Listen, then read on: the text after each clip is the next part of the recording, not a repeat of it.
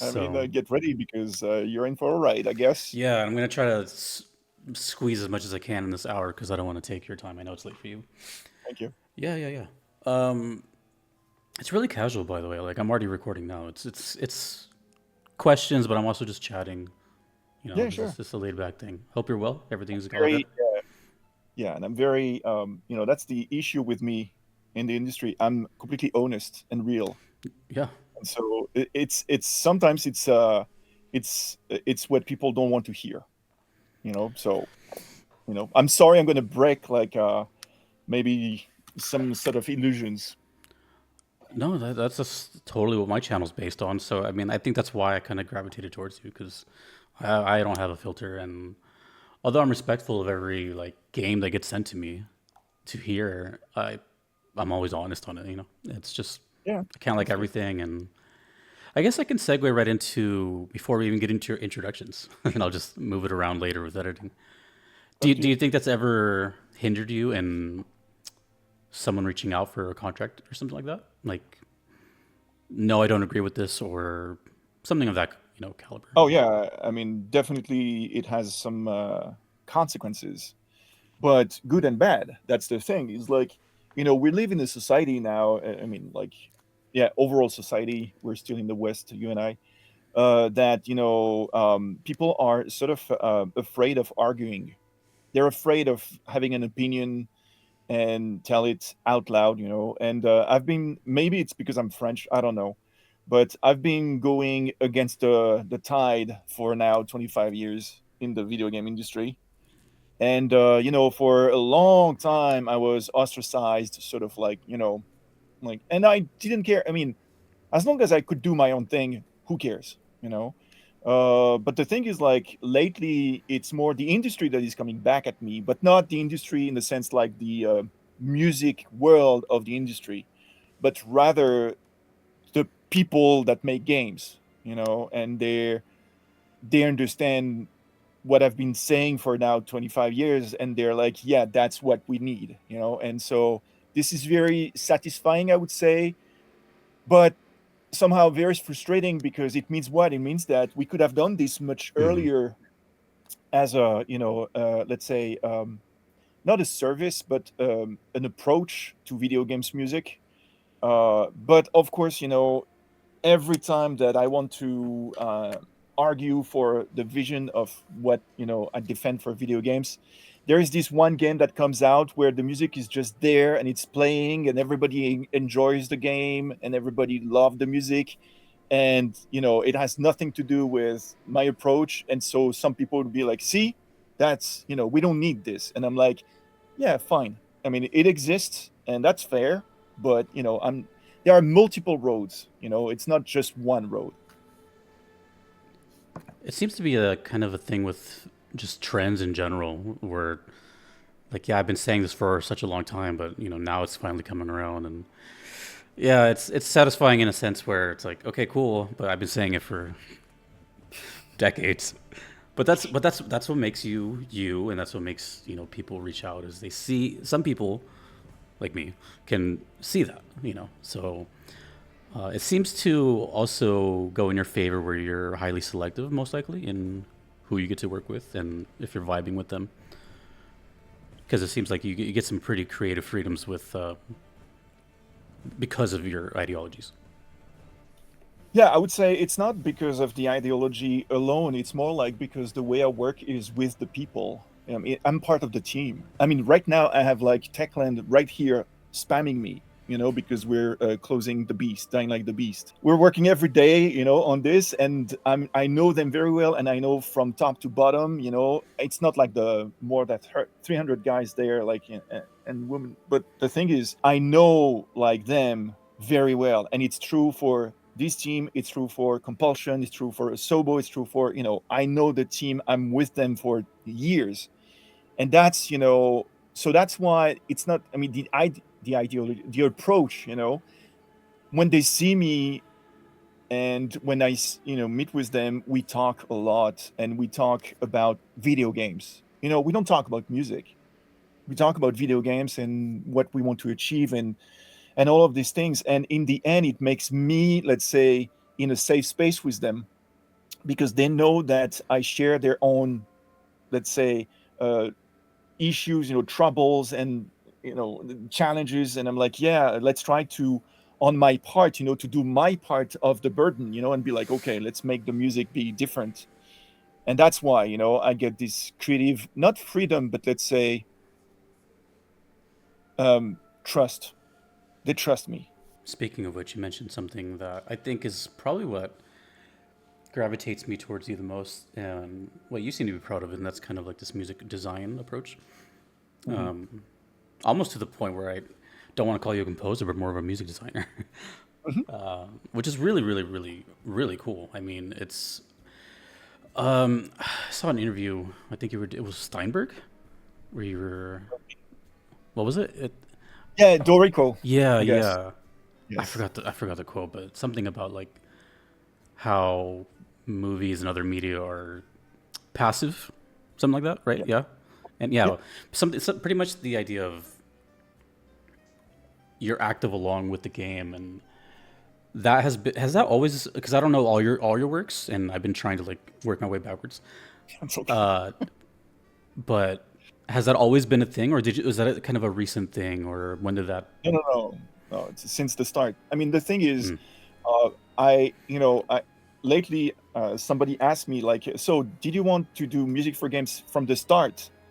And I answered, I wanted to do video games, mm. not music for games, video games. Oh, you And wanted it's to be? Oh, with okay. music that I'm doing, So the point is like, since the very beginning, I've been, into games. I'm a gamer, and I know what we can do with music, because some people did amazing stuff, and it's so frustrating to hear that I'm gonna say like, oh, Mario, the first one on Nintendo, the first system, with the star that you pick up, with the music that changes, with the fact that at some point the time is running out and the music accelerates. Mm. So all of this is music design. And me, I was a child when this happened, and I was like, that's You amazing. understand it. Yeah, and I want to do this. And so then, PlayStation came out, and it was a CD. It was completely passive music, but it was orchestral music. Everybody was like cheering up. I was very frustrated because it was just passive. And then Xbox came out with the hard drive, and we got back to having some sort of like real time, music. And yeah, so I'm doing this because I want to offer fresh experiences for players. I spent pretty much all day yesterday looking at this. I'm really glad I found it because it answers so many questions that I was going to ask. But the sort of interview you had with Kanbini, where Yeah, maybe. you were in like a game store. Oh my god, I Yeah, had no idea. Like everyone says they're a gamer, but I think I think when you watch that video, there's no doubt that you actually play games. You were listing off everything that you've played, and there's an expression. I don't know if you've ever heard it, where it's like a kid in a candy store. That's yeah. what it was like with you. I was like, oh my god, you have all these memories. I could have listened to your whole library if you wanted, but there was I'm gonna list some of the ones that you mentioned in there and see which one like sticks out to you that you would want to talk about for a bit. Of course. There's so many variances here. Ninja Gaiden, Silent Hill 2, Cyberpunk, Shadow of the Colossus, Astrobot, Topspin Tennis, Doom, Brutal Legend, Dead Cells, It Takes Two, Resident Evil 4, Brothers, A Tale of Two Sons. I want to talk about that. Red Dead 2, Elden Ring, Assassin's Creed, Kena, Skyrim, Ghosts and Goblins. I played that. Street Fighter 2, Turrican. There's so many. There's so many. So there's the street cred I is mean, there. I'm playing. I mean, right now, I'm playing RoboCop, uh, Unfinished. Rogues. Oh, the DLC. I heard good Yeah, things about that. Rogue City was a great game, and now I'm playing this. But I'm also, playing Death Stranding 2. I mean, I'm playing the game that I want to play. I'm done playing every games, because some games I don't like playing the style of the game. It's not that the game is bad. It's not my style. But Mhm. I'm fascinated with games. Really, it's amazing what games can offer. So I believe that this is the medium where we can sort of like create, still, like invent stuff. So that's amazing to me. So earlier to kind of swing back what you said about like how games got you into this instead of the other way around. Were you already a musician, so you were doing them like simultaneously, or you started playing music because of games? No, no, no. At the age of 5, it was conservatory in France, classical trained, Oh, okay. with all the curriculum, like up to fugue, harmony, counterpoint, orchestration, all of this. I'm a very classically trained composer, but I love electronic music, and it's. I think this is why, and I love. I mean, metal music. The Beast is like, I don't know what is the music for the Beast. You guys will tell me because it's every time I'm doing. I don't know what I'm doing anyway. So, but the thing is, no, I was doing music. The thing is like, there is this expression that I don't understand. How do you become a composer? You don't become. You are. It's like I never felt that I became a composer. I never felt I am a composer. Like this sort of like title. It's weird. It's just that when you're a creative person, you have this drive. And for some people, it's going to be music. For some people, it's going to be writing. For some people, it's going to be painting. For some people, it's going to be, I don't know, like, but there is this drive, and so you don't become, it's in you. So I was doing music on my own and all of this, on my own because it was, I couldn't stop it. I was just doing this. And so, playing games, making music, it felt like right. I was programming music at first, on the computers. Which leads to the first project, which I barely know anything about, Obscure. Is that Yeah, correct?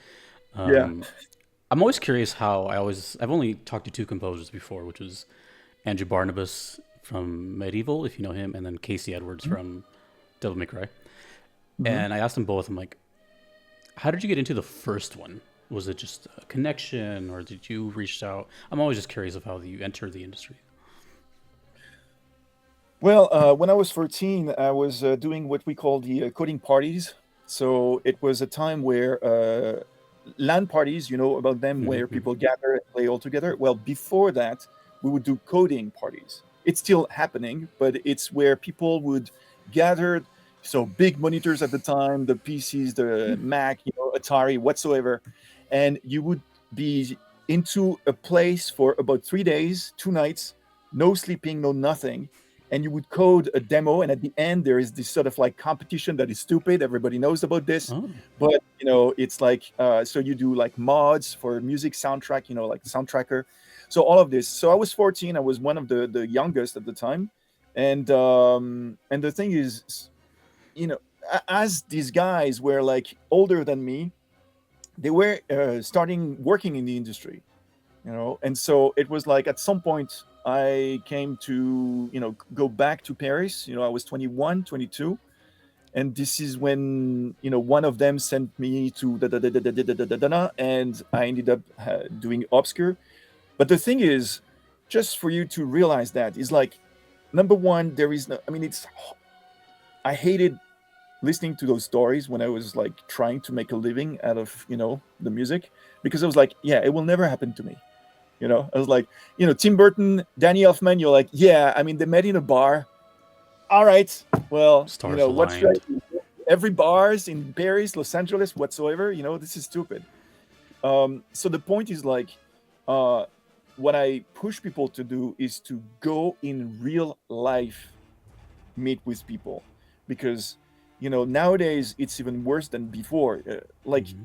everybody thinks that everything can happen through LinkedIn, remote, whatsoever, and yes, you can start the connection, but it's not going to be the same, and the chaos of life will never work the same way if you know the person. For instance, Obscure, how did I go so all these connections, and then I go to the publisher, and the publisher, I meet this guy that I didn't know, and I'm like, I was 22, and I was like, yeah, for this game, I'm gonna hire the children's choir of the National Opera of Paris.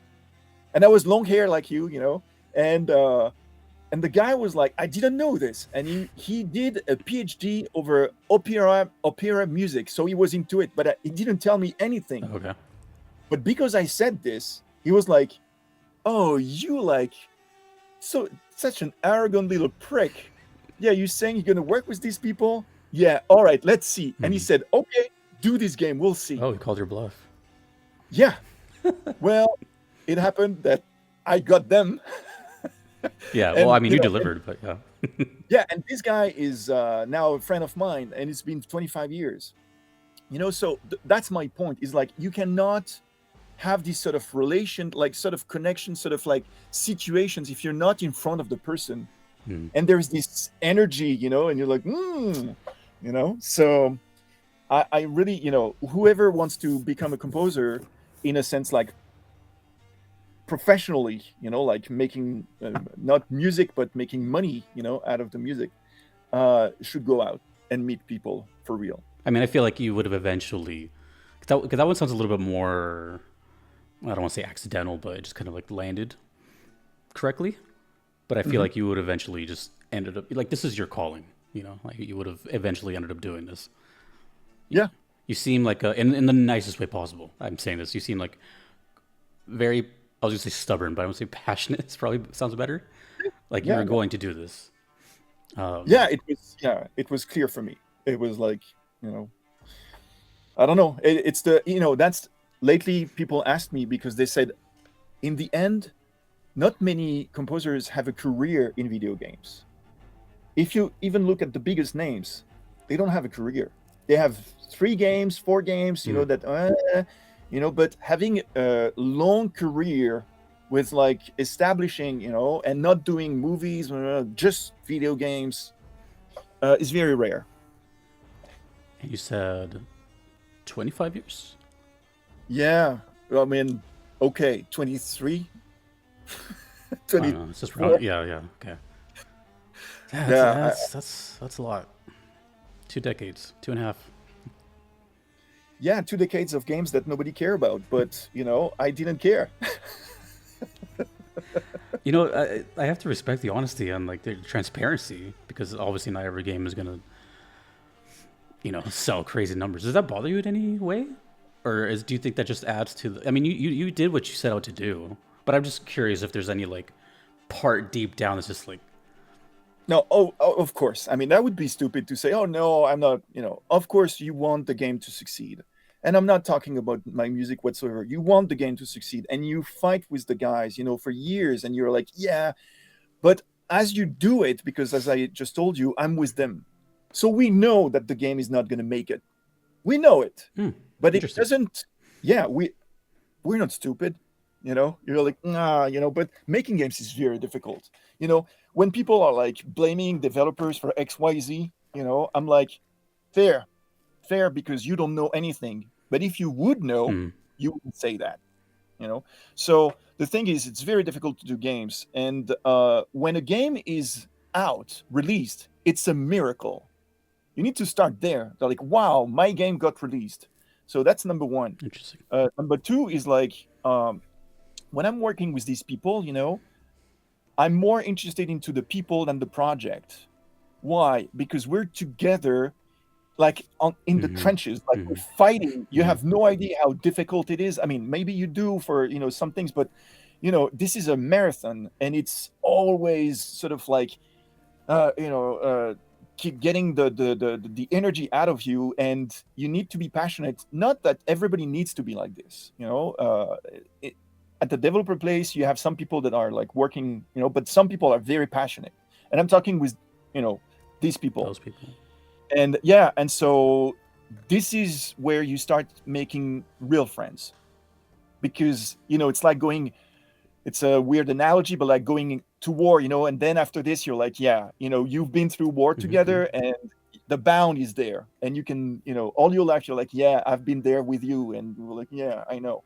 So these things are amazingly great, but also, the games, if you look at the quality of the production for my games, in terms of musicians, studios, recording engineers, all of this is world class. This is like the top you can get. You cannot go further than this. And so, True. I'm having a great time with great people, and I'm doing music with amazing musicians. Okay, the game doesn't work out. Okay, it's like, But man, this is like, and I'm not here to be famous. I don't care. I really don't care about Mm. this. Yeah. I'm every time I want to speak, I want to speak about video games, and I want to speak about music design. And, I don't want to speak about me. I don't care. I don't think I'm relevant in some ways. It's like the music is there, yeah, whatever. But the games, we can do so much with them. So yeah, so you still have like this sort of like, oh, the game's out and it's like 3.5 out of 10. Yeah, it hurts. It does hurt. And when you see that some games are like boom, like, oh, I wish one day I would have that. Hmm. But this is life, and you need to take the best out of it. To take one thing out of what you just said, which is all really great, coming back to that game store interview where you were talking about Streets of Rage 4, and you said you wanted to like have a different alias, like in Yeah, Japanese. Like, so yeah. yeah, you're definitely not kidding about like it's definitely not about you, which is crazy for me because I'm just like, whoa, like who wouldn't, you know? But I understand completely. It's you're serving the product and like you're just kind of an afterthought. Um, but then you ended up owning it, as you said. So Yeah, I mean, it depends who you are. I mean, some people have big egos, yeah, and they pretend to be like whatever. I mean, those guys, I let them where they are. I mean, it's like, okay, whatever. It's the work that matters. In a sense, like the result to me, like, is it serving properly? The game, and does it try to push the boundaries? This is what interests me. If it's not doing anything like this, it doesn't mean that it's bad or wrong or whatsoever. It's just that I'm not interested. I'm like, yeah, okay, you did your thing. And so, to me, it's like, it's the work that matters and the results. It's not the people, the person. Who are we? I mean, come on, man. We're gonna die. we So are. You said something just right now, and that made me think of mm, something else where about like trying something new and all that. Do you actively take on stuff now to be challenged, or do you also take like familiar stuff that you know you can do? Like, do you always try to bend something and try to do something you haven't done? well, Stuff like I'm that. if you go and listen to my soundtrack, you might see that from one to the other, it's completely That's different. why I Like, asked. I've only heard 3 of your games, and they're so different, which yeah, is amazing. and so, I don't know if you heard like South of Midnight, which is the latest one. Okay, so 3,000 reviews on Steam, amazing. Uh, so it's like the family and the friends played the game, and that's it. But anyway, And but me. it's a great game. Oh, great. But the style was something I've never done. I didn't know anything about this, and I went like completely, scared, as I was scared for the Beast, as I was scared for anything. Remember Me, if you don't know about Discord, listen to Remember Me. You'll Mhm. be like, oh boy. So, everything Get Even, everything I'm doing, I don't know what I'm doing. That's what I said at the beginning. I really don't, and I think this is what creativity is about. I mean, if we start with a template, that's horrible. Mm. I think, like, knowing that nowadays, AI is sort of like at the middle of all conversations. I Yeah. mean, the bigger conversation should be that super intelligence is about to arrive in about 5 years and we'll all get killed. But let's talk about the Perhaps. fact that so far, so far, the AI Just is smile and nod. Mm-hmm. yeah, reproducing music and all of this. And so it means what? It means like any composer out there that is trying to replicate, like mimic whatsoever, not learning, but Mm. doing the same and offering the same as like for John Williams, Hans Zimmer, whatever style you want to reproduce, and not trying to go off road, not trying to challenge, the audience with stuff. I think it's going to be very difficult to create, your own, let's say, business. I don't know, you can Mm-hmm. frame it like a label, business, voice, personality, whatever, like you want to call it. But it's like you need to go and be like, I don't care what they think about what I'm doing because this is what needs to be done Mm-hmm. in respect to the material, Yes. aka the game. So this is what I've been doing from the very beginning. I had a conversation with the creative director 2 days ago, And he asked me, how do we work with music? How do we know what music? I have plenty of references. And I said to him, we'll we'll be asking the game. Don't worry. The game will tell us, you know. And he was like, oh. And of course he has the vision, but Hmm. that's the thing, is like, if you start off with like references and all of this, you sort of narrow down Hmm. the possibilities. And and we know that movies, TV show, whatsoever, some of them are amazing still, and I'm pretty sure some around are great, but we don't know about them. But most of them, I mean, I don't know about you, but for me, it's like mediocrity is so much like everywhere. Like medium, it's medium. Everything's medium. It's not provoking. You're like, yeah, fine, it was great. Thanks. Next. I don't like this. Me neither. Just yesterday, which I'll release the video soon, I heard Streets of Rage 4 for the first time. Uh I huh. didn't grow up with Streets of Rage. I grew up with Sega, but I didn't grow up with Streets of Rage. I grew up with like Mortal Kombat and Earthworm Jim and all that. So I know the impact of Streets of Rage and Yuzo Koshiro and all that, but when I heard 4, I heard 4 songs, 2 from Yuzo Koshiro and I think 2 from you, which was Stormboat, I think. And the other one, all I can remember was like Stage 8. It was like something with a saxophone in it. But Yeah. I was like, oh my God, this is Oliver. Like, you have such a diverse. By the way, saxophone's my favorite instrument, so I was extremely biased to that, anyways.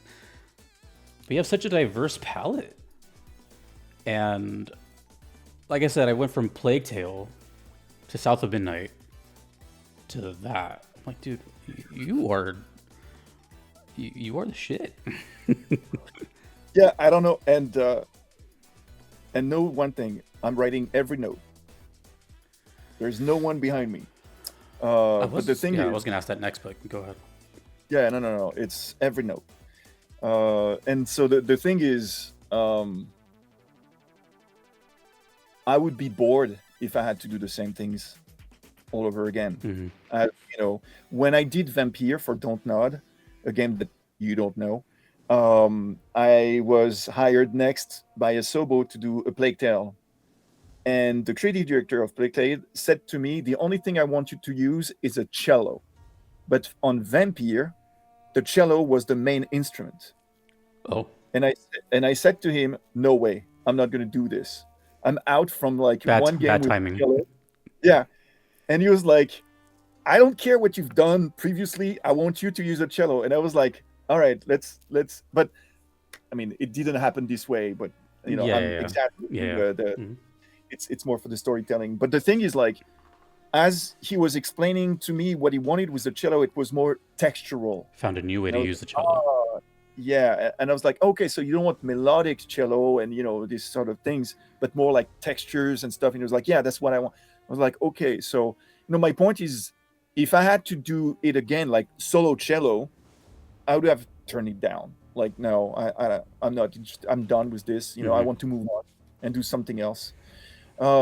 Because I think this is, as I said, as a creative person, you want to try stuff. Now, my faculties of going from styles to style, or to whatever.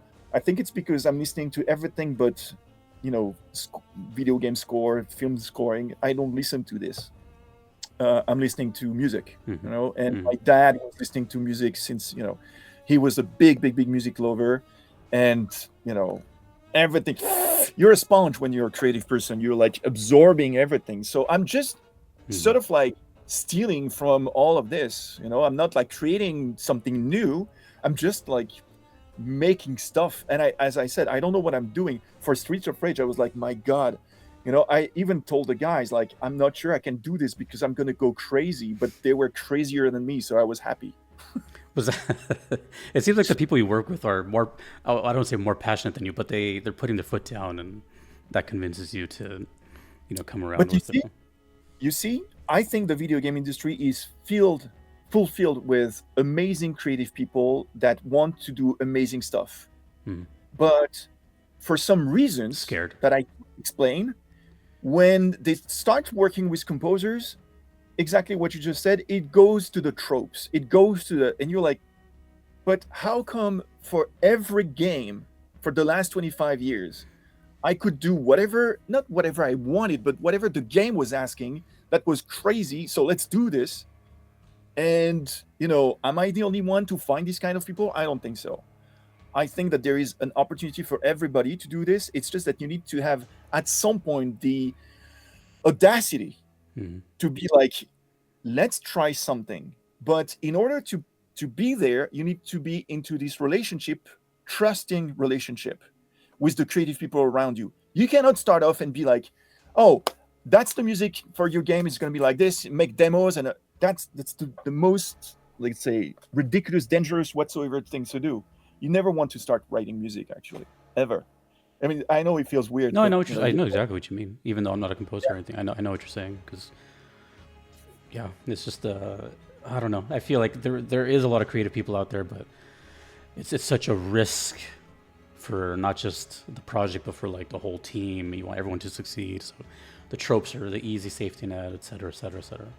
I actually feel this way about I haven't played this game. I know it's the Mhm, talk of the town, but I've heard some of the songs, and it's Claire Obscure Expedition 33, mhm, um, another French composer. mhm. And everything I've heard from that, I get that feeling. I'm like, oh, dude, they're like, he's just doing whatever he wants. Like, there's like, this song sounds like disco, this song sounds like classical, and then over here, this sounds like some underwater metal thing. And um, it just, I was like, I need to hear more of this in general. Like, just music, melodies, stuff that people can like hum later on, or, I classical's cool. Well, no, that's not a bad example, but ambience serves its purpose. But I feel like there's just maybe like just an abundance of it lately that I can't stick with it unless I play that game and I really am invested in the story. It's not going to stick with me like 20 years later. So listen. I'm gonna give you two rules. One for me, one generally. I have one rule that I will never talk about someone else's music. Okay. Okay, so I'm because I think it's very subjective, Sure. and to have my opinion is pointless. The second rule is it's mechanical. If the game is amazing, everything's amazing.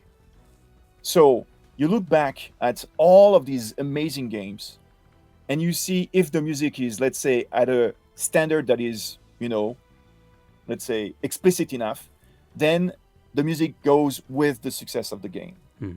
And boom, boom, boom, boom, boom. It's mechanical. So look back at every game that was, each game that was like over 90 on Metacritic, and you'll see this is what starts careers. Like, Okay. Yeah. anybody like Gary Scheinman with Bioshock, Dead Space with Jason Graves, Journey with Austin. Austin Wintory, um, Celeste with Lorraine, Hmm. like whatever. Like you have this big game that makes the career. So it's mechanical. So my point is like, uh, let's just hope that the music is great, but it's not about the music. It's about the game. So what you just said is very true. Is like maybe outside from the game, it doesn't resonate with you because XYZ, or maybe it does. But if you play the game and you attach the music to the experience, and the game is amazing, of course it's going to create an impact. That is like amazing. So, I've been through this so many times, man. Like watching these games go like boom, and everybody is like cheering up the music, and not that I don't envy this. I do. Sure. Yeah, of Who course. wouldn't want to have something like this? But I think that on any game that I've been doing on my own, I've given the best I could, so I have no regret. Hmm. I'm like, this is the best I could do. That's the So, best way. and that's it. And then if it happens, it happens. But also, I'm a little bit scared of like getting this big game, and everybody is like, oh, that's the music of Olivier, and now that's the music of Olivier, and that's it. Interesting. You know? And I really don't want to be labeled Yeah, with you don't want this. any sort of. Yeah. Okay. So, every time I'm nominated somewhere, I'm like, don't make me win. Don't make me win. Probably I really don't. you're only person I've heard say that, but also admit to that. Yeah, because as soon as you get labeled like this is the guy from X, you're done. To me. This is the orchestral guy. This is the hip hop guy. This is the Yeah, yeah. This is the Clair Obscur. This is the Journey. This is the thing. This is the thing. This is Dead Space. This is bam, bam, while bam. they'll find success in to a degree, it's pretty, I guess, limited. Or someone else may not take the chance because they only know them for X, Y, Z. Yeah, Yeah, that's a big point to make. it makes careers, and it's good, but it's like Vangelis, Vangelis. I don't know how you say him. This composer Mm-hmm. from the 80s. There is an interview online where you see him in front of the interviewer, and the interviewer is like, "Oh, so you became famous and all of this, so now you could have creative freedom." The look of Vangelis, like he was like you Mm-hmm. don't understand. He was like, "No, I got stuck." And I fear this. I fear Danny Elfman doing Danny Elfman. I Yeah, feel yeah, yeah, yeah. I really don't want to be there. So that's why I don't want to be That's famous. what I don't want. no one thinks about that either. Like on the consumer side, like, oh, he's an artist, he'll adapt. Not everyone can adapt. Some people will just crumble, or the pressure's too high, or whatever. That's a super valid point to make. And So yeah. So to me, it's like I'm happy with what I have, and if one day I do a 90 plus game, hopefully the music will be good enough. after that, you can just take a vacation and Uh, dwindle the success of it. well, but just it's a story. I was in 2015 at Abbey Road with my engineer. So and we were recording for a MOBA at the time for Bandai Namco, and I looked at him and I was done. I did Remember Me, Assassin's Creed, all these things. And I was like grinding to get into this realm of like AAA whatsoever. Mhm. And I remember, I mean, he passed away this year, but I remember turning to him, like the orchestra was playing, it was like brassy and all of this. And I said, okay, I'm done. I'm done. It's over. I'm not going to do this anymore. Like, I'm not going to go with this. I'm going to step down and I'm going to try to find projects that are crazy with crazy people and I will do crazy shit. And he looked at me like what the hell is going on with this guy? And he's the recording engineer of Lord of the Rings, the movies. So and we've been working together for about more than 10 years, on many many Oh, so he projects knew together. you. Okay. But yeah, and he was like, "What the hell's going on?" Yeah. And then I really stepped down. My point is like, if I get this big game and people start to be like, "Oh, this is I'm I can do this," like be like, "Okay, curtain down," and I'm going Interesting. completely like, yeah, because creativity doesn't come from people asking you to do something, like wanting you, like expecting you to do something.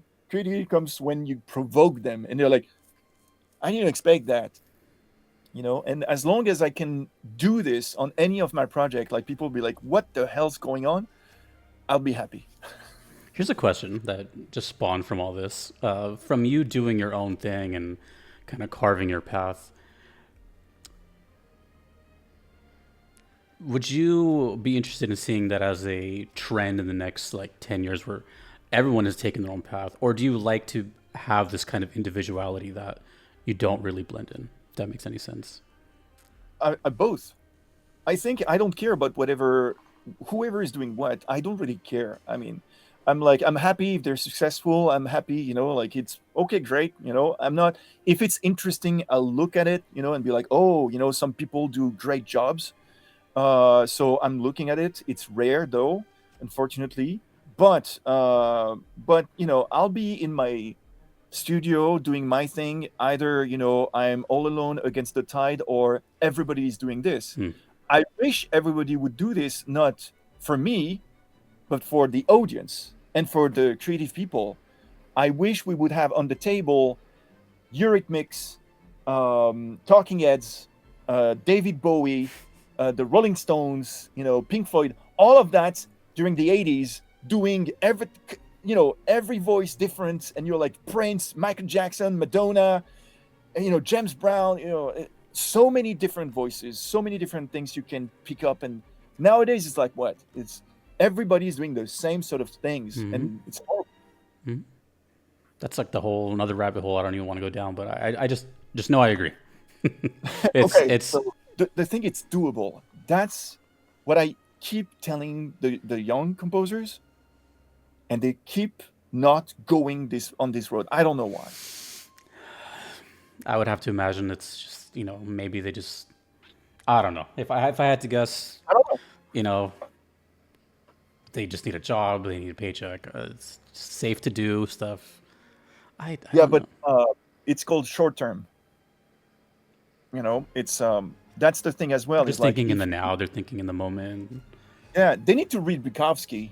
They need to look at Ravel. They need to they need to see what's the path of these guys like Dostoevsky, like all these writers, composers. They It's not something like to make a living out of your art is a job, like a job is a very weird way of looking at being a composer. Hmm. You see, Yeah, that's the whole point that I started with becoming a composer. You don't become a composer. you're You just are. you're And so the thing is like either you do your thing and you're gonna suffer. I know it.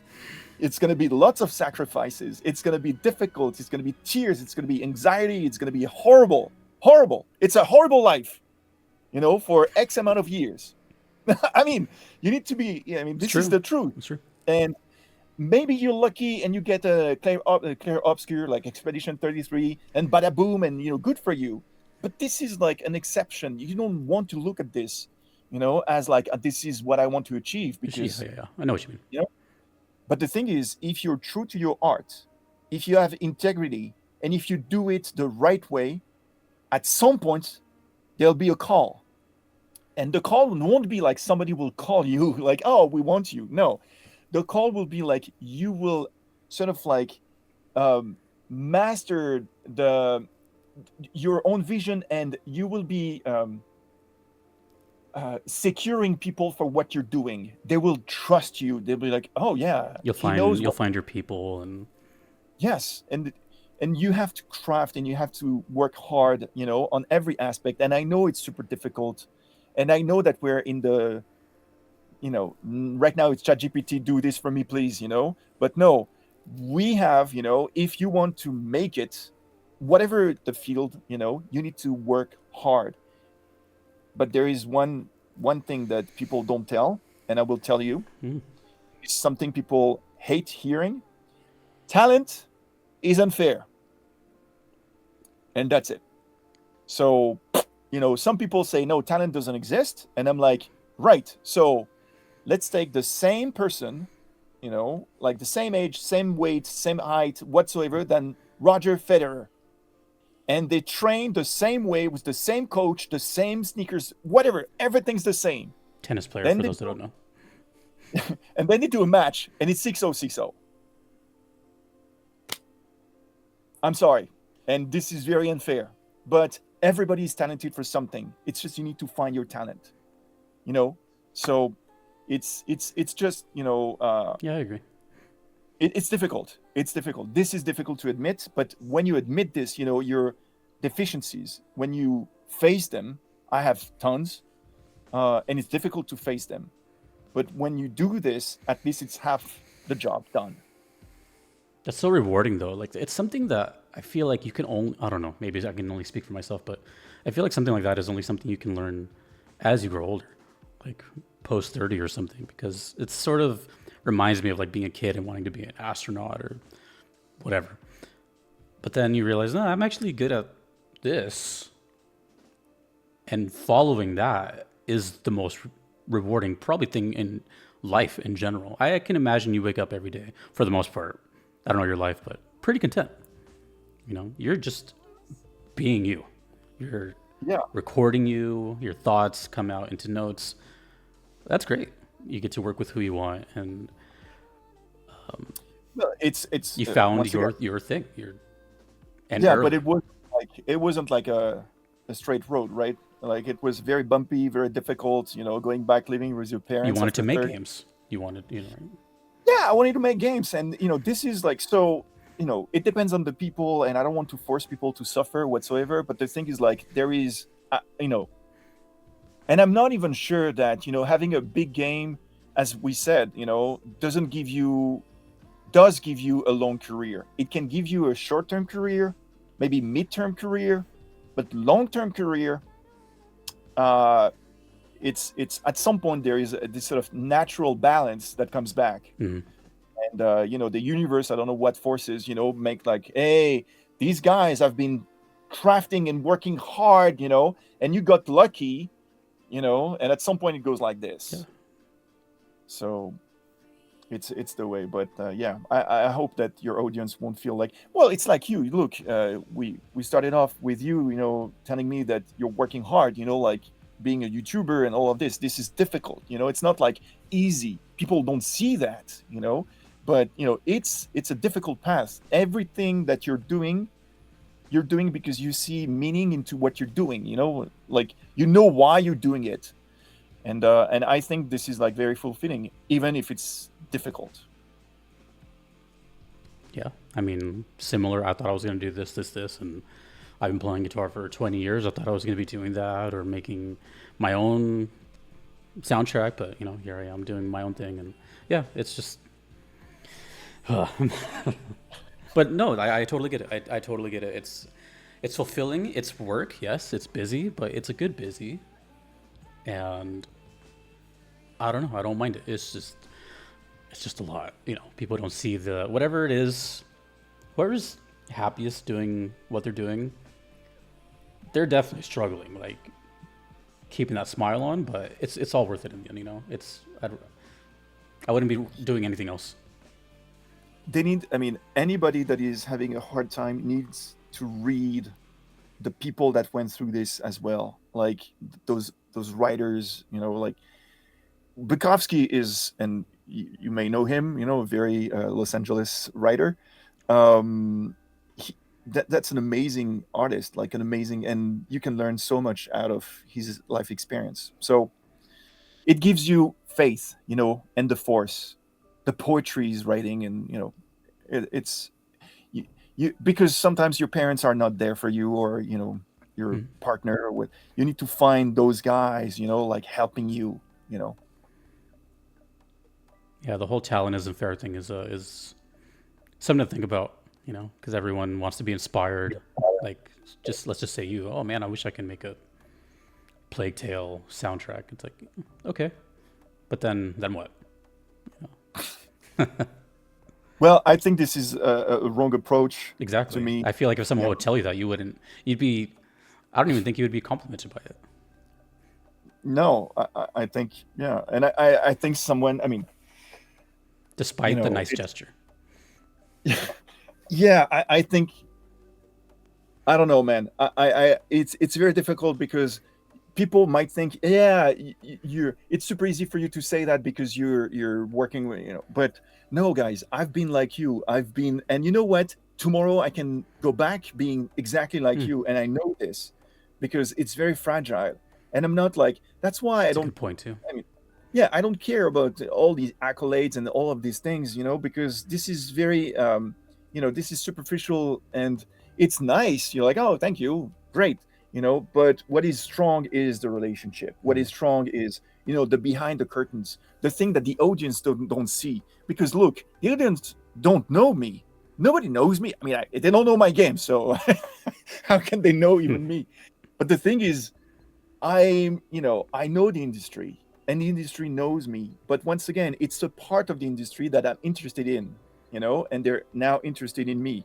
So everybody has a way, but, you know, focusing on the, let's say, superficiality, let's say, the public vision of it is very limiting. And I think very, anxiety, frustration, jealousy, all of this is very bad. Like it can eat you within. And so that's why you need to sort of like get away from this realm of like, oh, I want to become, but rather be doing. Like I'm doing this, I'm doing that, I'm doing this, and I know why I'm doing this. And of course, I'm going to fail. Fine. It's so refreshing to hear all these things. I don't know. Because you just assume that, I mean, especially what I do, I hear comments from casual players, hardcore players, whatever, whatever, whatever, older, younger, all sexes, and they just assume the composer's life is such a cruise control just thing. I'm like, no, I can almost assure you it's just as much of a struggle as any other part of that team as well, if not maybe more. You have a huge weight on your shoulders. You are the. I mean, just as much as anyone else, but at the same time, you're putting players through this ride of just wavelengths of sound. That's a big pressure. You're very sensitive to music, I guess, so that's why you feel this way. But I think it's a over not overreaction, but like it's giving music a much bigger space than what it is right now for games. I understand your point, and you're very sensitive to this, and this is great to be talking with someone like you, because I know that you understand these things. But mainly developers first and gamers second. Mm-hmm. They're not. Yeah. I mean, on a general aspect, some of them are like us, of course, sensitive to music Some and all this. don't even care. Yeah, but most of them, they're like, hey, is the game good? Yes, no, fine. So the thing is, that's why what I'm trying to do is to say that music is part of the game. It's not just like this beautiful thing that is playing in the background in loops, and so after 10 times you sort of like it because you know what, that's the music and you're gonna like it. No, it's more like, how can we with music create something that if you remove the music, some part of the design is lost. Yeah. As for a movie, you remove the music, and if it's not a bad score, aka just illustrative, but more like it adds something to the meaning, well, it's the same with games, to the let's say not immersion but comprehension of what's going on. So if you can, let's talk Plague Tale, because you know about this. So Plague Tale is a very movie-like game, right? So it's sort of like it could have been super straightforward to do this, but there is some stealth parts. Okay. And for the stealth part, you need to hide, and and all of this. And the thing was like, okay, so we want to tell a story all the time. That was the thing. Like, we don't want to have loops, just progression all the time. And also, we want to give players feedback all the time. And so if you remove the music from Plague Tale, not that you cannot play the game, but the information you're going to get is lesser than if you have the music, because with the music, when somebody is close. Oh, I see. All of these things that helps you. It's a disservice. It reads the game. But some people, I had argument with some composers that say, yeah, but you cannot do the music you want because you're like this all, they're sort of like diminishing music You're design. Just disposable guy. Yeah, it's like technical stuff, and this is the stupidest thing, but I sort of convinced some of them. And I'm like, no, you don't get it. They don't get like, it, yeah. you can do music over a system. It's like saying a concerto. Concerto is a form that is, you need to do, fast, slow, fast, one guy, coda, all of this. And it's the same with music design. You have rules and you need to follow them. But now you need to write music in order to, celebrate the system, but also to give the emotion whatsoever you want to. And it's possible.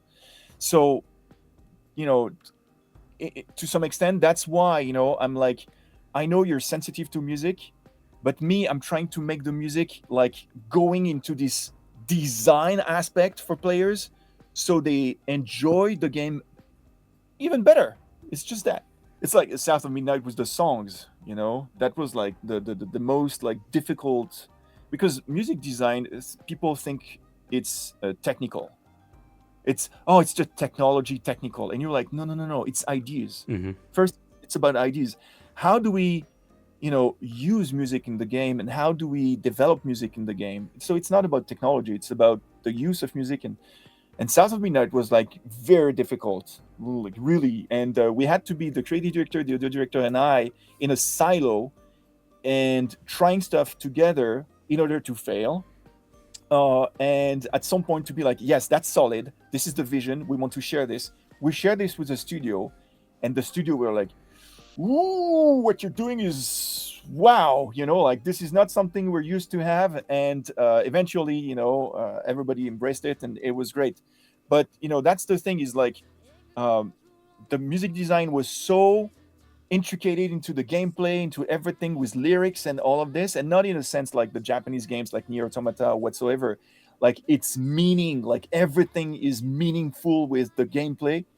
That it was disturbing at first for them to have that, but when you play the game, and considering now the reviews and the players' reaction, it's everybody's like, wow, I can't see it any other way.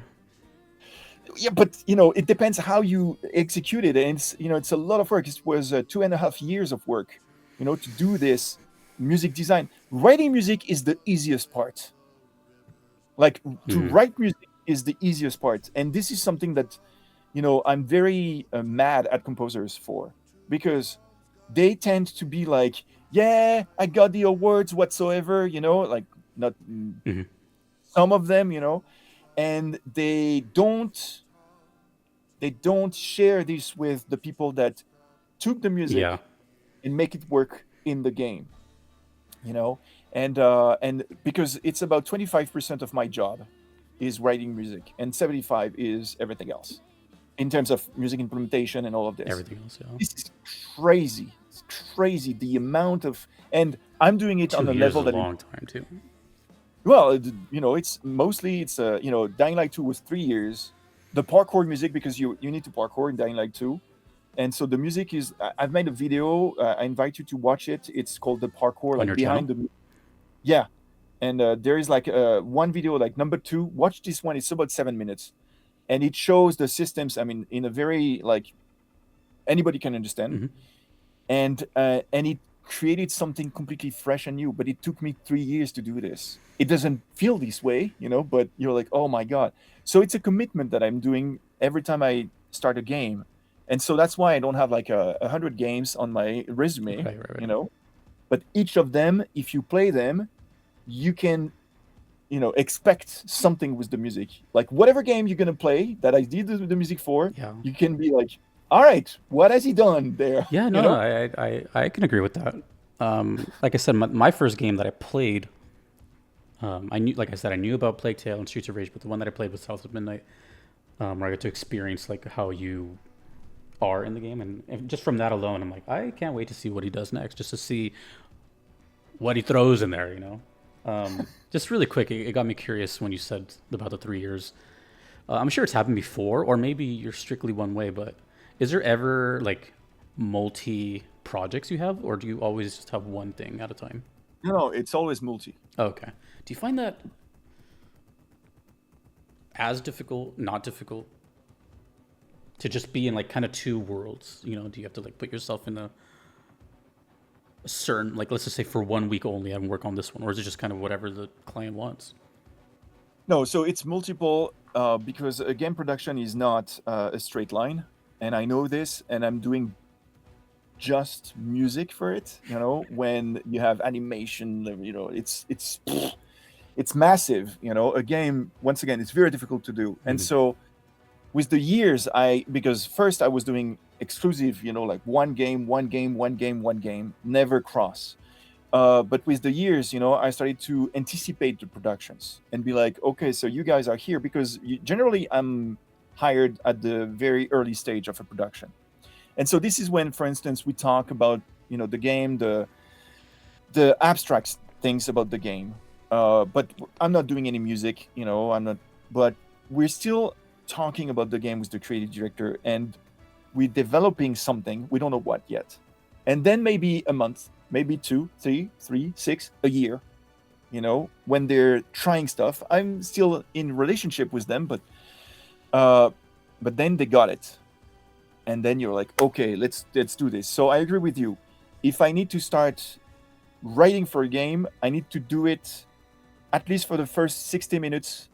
I need to be focusing on that because I'm entering this sort of like mindset, of course, because, going all over the place is difficult. But, I was finishing Plague Tale 1, that I was doing Dying Light 2, that I was doing Streets of Rage when I Damn. was closing Dying Light 2, but Plague Tale 2 was there with Park Beyond as well. So, it's like there is crossovers like this. And once again, I'm full on with the team. So my days are not like, 9 to 5 at all. Hmm. Uh, but the thing is, it's the best thing to do is to have, a sort of um, you know, because doing one game, if I had done Dying Light 2 3 years and then nothing, like, and uh, it's not good to me. 3 years is too long. Like to be stuck into one thing for 3 years. Yeah. Ooh, No, I could see the uh, benefit of the variety. yes. The reason I So, ask is but because sorry, yeah, the reason I ask is because coming back to South of Midnight, it's so southern and different regions of the South, by the way. That I don't know. I just the thought of like someone listening to that or being immersed in that for X amount of years and still having time to do everything else seems impossible. So man, I'm you glad have to know no that's idea. not the case. The way, and it's not to brag or whatsoever. It's just Oh, go pure ahead. reality. It's just that they gave me the lyrics, I wrote the songs, and that was it. And it's as fast as that. And then did the arranging, the orchestration, and all of this. It's the easiest part, really. So funny. Like, Everyone would say yeah, that's the hardest. yeah, but I don't know. I mean, I don't know how to say this otherwise, but any guitar player that's been, you know this, like, working out the licks and everything, and then you go to a gig like concerts, and everybody's like, my God, it looks so, like difficult to be. And you're like, no, that's the easiest part, to be on I stage and see. to I see. I play. see. That's the easiest part. The real difficulty is that. So you need to do it the other way around with music in games. It's like doing the music and creating the music is the easiest part of all. And now making it work with the game is like, oh my God, this is difficult because the game is always changing and all of this. I mean, to a certain degree of standard, because the problem is like, you will have games that will put music play, stop, loop, play, loop, stop, and people will enjoy this, and people will be, as I said at the beginning, this is amazing, this is enough, good, but I'm not here to do this. I don't want to do this. And great that people do that. I'm here to trying stuff and push the boundaries. Maybe too much. I mean, obviously too much, but I don't care. I'll die happy. No regrets. Like, I did my best and I died for this. It's the best thing I could wish for. So yeah, multiple projects. But South of Midnight was like very intense. Is there a point where you're like, with what you just said, is there a point where you're satisfied, or is it never enough? Like you have to stop yourself at some point with you're like too No, creative. so when I was 18, I was doing a studio experience for me, and I was, mixing. I was a teacher at the conservatory at the time, so I could make money, and I would go to a studio record, and so we would record and mix and mix and mix and mix and mix. And at some point, I asked the recording engineer, "So next week we're doing this," and he's like, "No, like you're on vacation, you're going, oh, no, you're closing the studio, no." I'm like, "What's going on?" And he's like, "You can always do better, but at some time you need to let go. At one point you need to let go." And this is something that, I was 18, and since then I understood You learned this. that early. I learned that really late.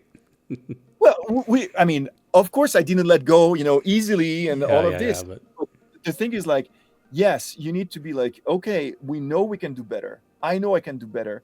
For everything, sometimes I'm listening to the soundtrack to whatever, and I'm cringing. I'm like, oh, the line here is yeah, yeah, horrible. yeah.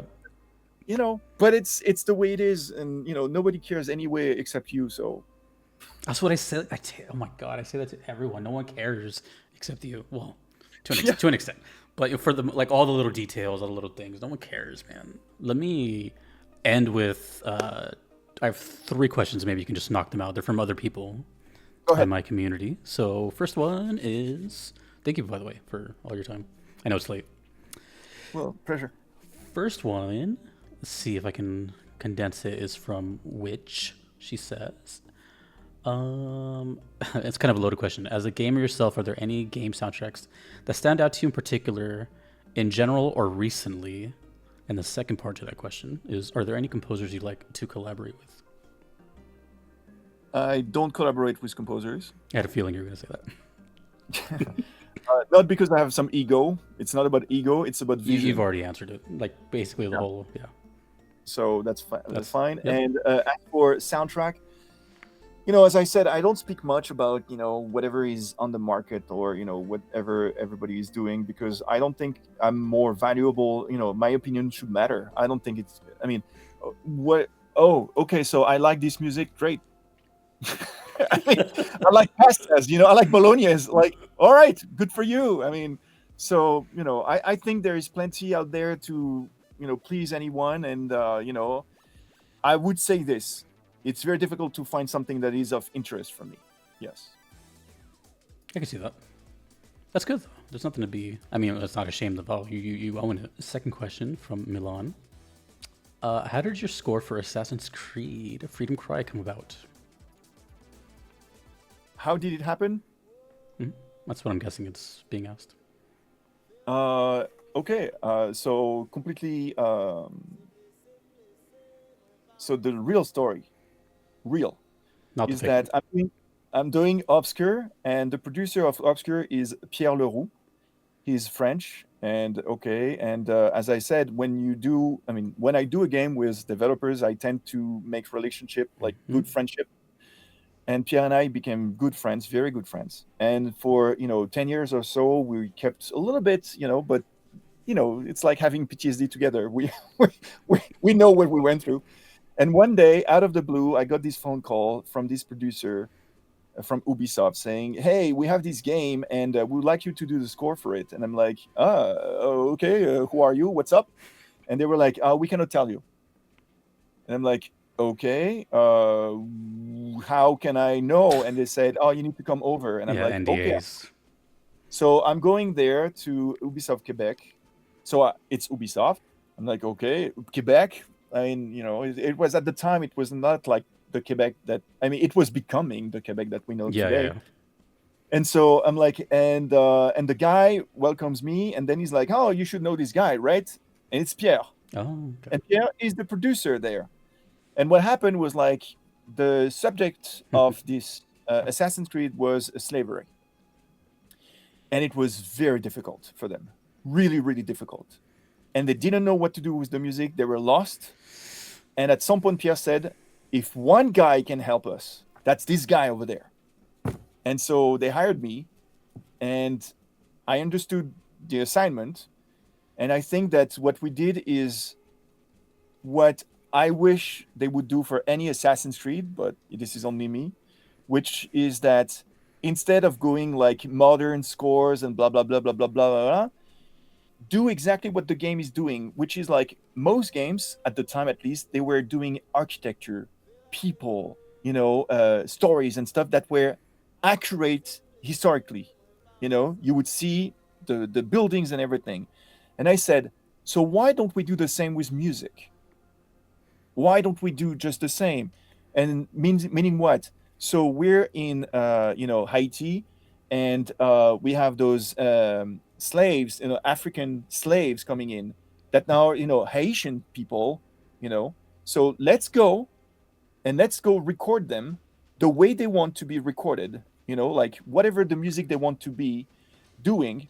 And we went to New York City, Avatar Studio, recording La Troupe Macandale, which is a troupe, like for Haitian music.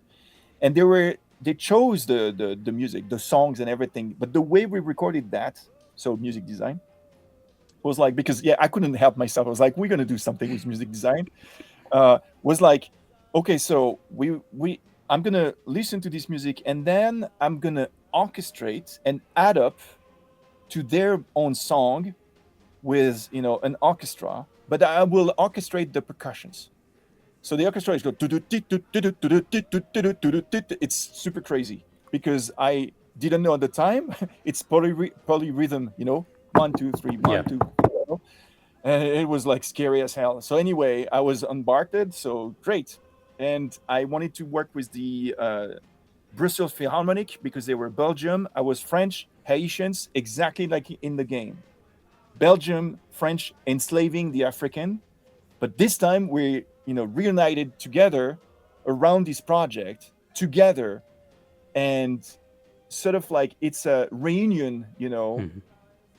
very emotional because all of a sudden, we serve history, but we serve, like a legacy, that is very deep, for these people and for us, as well. So it was very moving. And then in the game, what happens is like you're in the field and you can hear because we recorded the voices so we can have them sing in the field Oh, while working. wow. And if you start hitting some guards, Belgium or French, they stop singing, and as you do this they can flee and find a hideout, and so if you do that and if enough go, the song that we're singing in the field that was stopped when you start fighting, and when you start fighting you hear an orchestra and blah blah blah, it was just strings. Then all of a sudden the song that was diegetic is outsourced, and it's the full choir with the orchestra and the percussion with you fighting, you know, the enslavers. And it was because the game was about going back to your roots. And I said, so Adewale, the main character, black, he was a free slave, uh, witnessed his people, and it comes back to him, Hmm. and we wanted, I mean, I wanted to create this with the players. Like you feel the music is outside and then it's inside, you know. So yeah, so that's a very short answer of how did I make Assassin's Creed Freedom Cry. You do a great job of selling it because I've never played an Assassin's Creed, but I feel like just hearing that makes me, that would be like the one I play first. It's not a good game, as usual with me, but it's a great experience for the Is that a music. subjective opinion or the masses' opinion? I don't know. I don't care. It didn't go like super well. It's I guess it's like $4 or whatsoever. Like That's still quite a compelling approach to it. yeah. I mean, I was super happy doing this, and I wish they would do this on all Assassin's Creeds. To have this sort of like, oh, we went to the people, Hmm. rather than to mimicking or blah blah blah blah blah blah, and trying. It would really go there, and You don't record. mind getting your hands dirty for the art. Yeah, exactly. That's what you need to have integrity. Anyway, next questions, please. Yes. Last question. This one, I'm very curious myself. What was it like stepping into the world of Streets of Rage, and did you take much inspiration from Yuzo Koshiro and Motohiro Kawashima's past works? What was he like? It was, Well, you said it was I think, a nerve wracking. yeah, it's the scariest project ever to me. It's really much the scariest project because coming after Yuzo Koshiro, and the legendary music and all of this, I was like, I don't know what I'm gonna do, and there was no way I would do what they've done. No way. I was like, I'm not gonna do what they've done. Not because I think it's bad or whatsoever. It's just it's their thing, It's theirs. and it's gonna sound copycat. It's gonna sound ridiculous if I do it. I don't want to. So I did what I felt was what Koshiro did in terms of approach, because he was looking at the Eurodance at the time and making music out of this.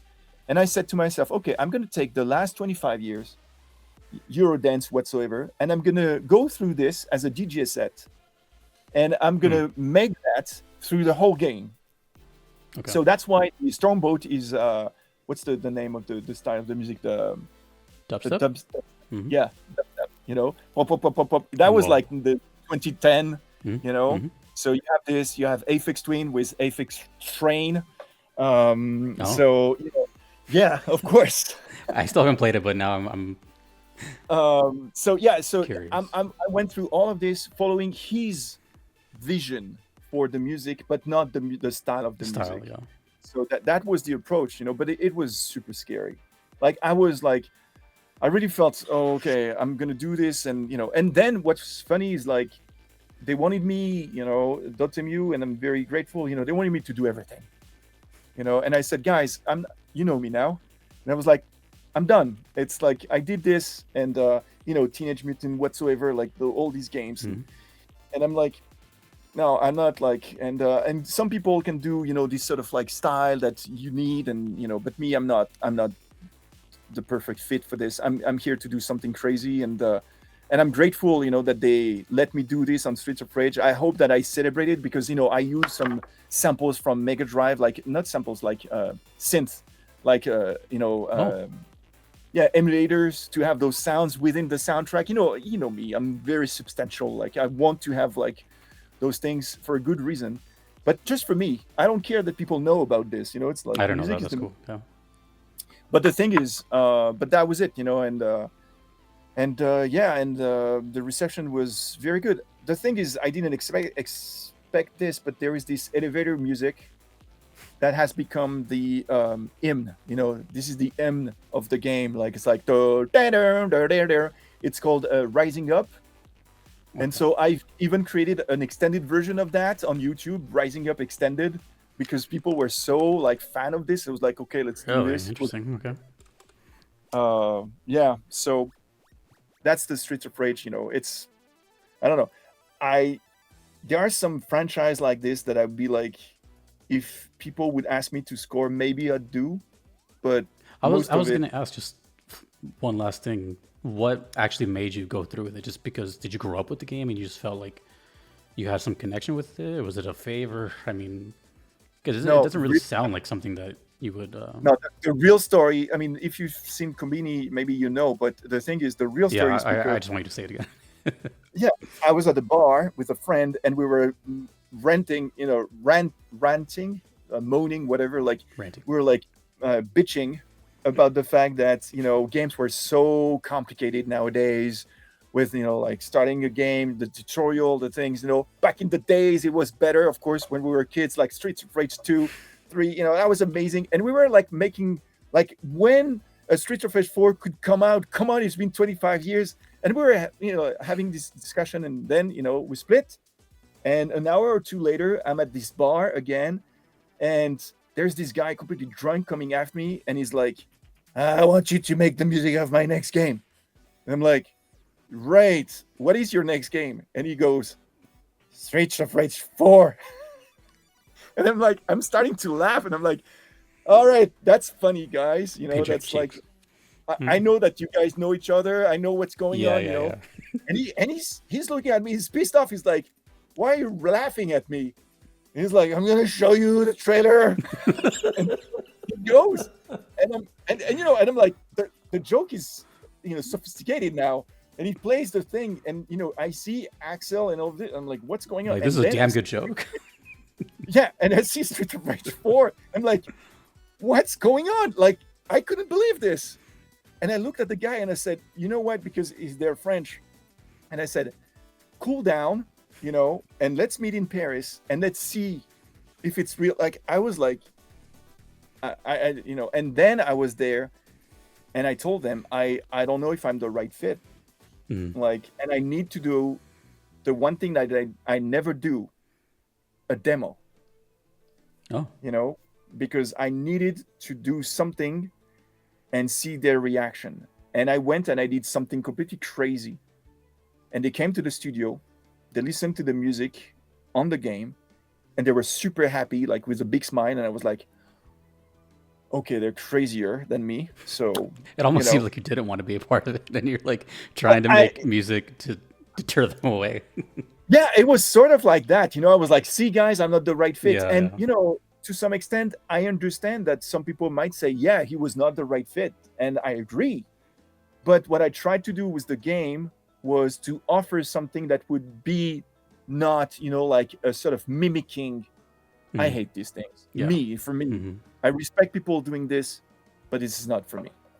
Yeah, it's not that you had shoes to fill. You just had to find like your own shoes, I guess. And from what I've I seen in don't the know. comment section, people are always praising the whole like dynamic soundtrack and the music design Yeah, of it. So it's really really cool. that's great. Well, I must go. I'm sorry. No, it's Thank been you for great. It's been great. on your show. I was really nervous, even though I don't get nervous, but I was nervous here. But you made it all. I don't know. I just feel you're extremely underrated, even though you don't care. Yeah, I don't care. I really don't. I'm super happy No, it's doing good. this. I know And it's great. I hope. I will say that. Hopefully you care about this. I just hope that you continue to get work and just to continue to show your art. I think it's just really really great stuff that's not really around right now. 4 games coming in, so still doing. Okay. Damn. Yeah, You are a no busy. worries. You are a busy bee. Yes. Well, we look forward to them. Thank you so Thank you, much, Jack. and everyone can check out Oliver on his website and his YouTube channel. Yes. Thank you for having me. Have a good one. Thank you. Good Bye bye. night.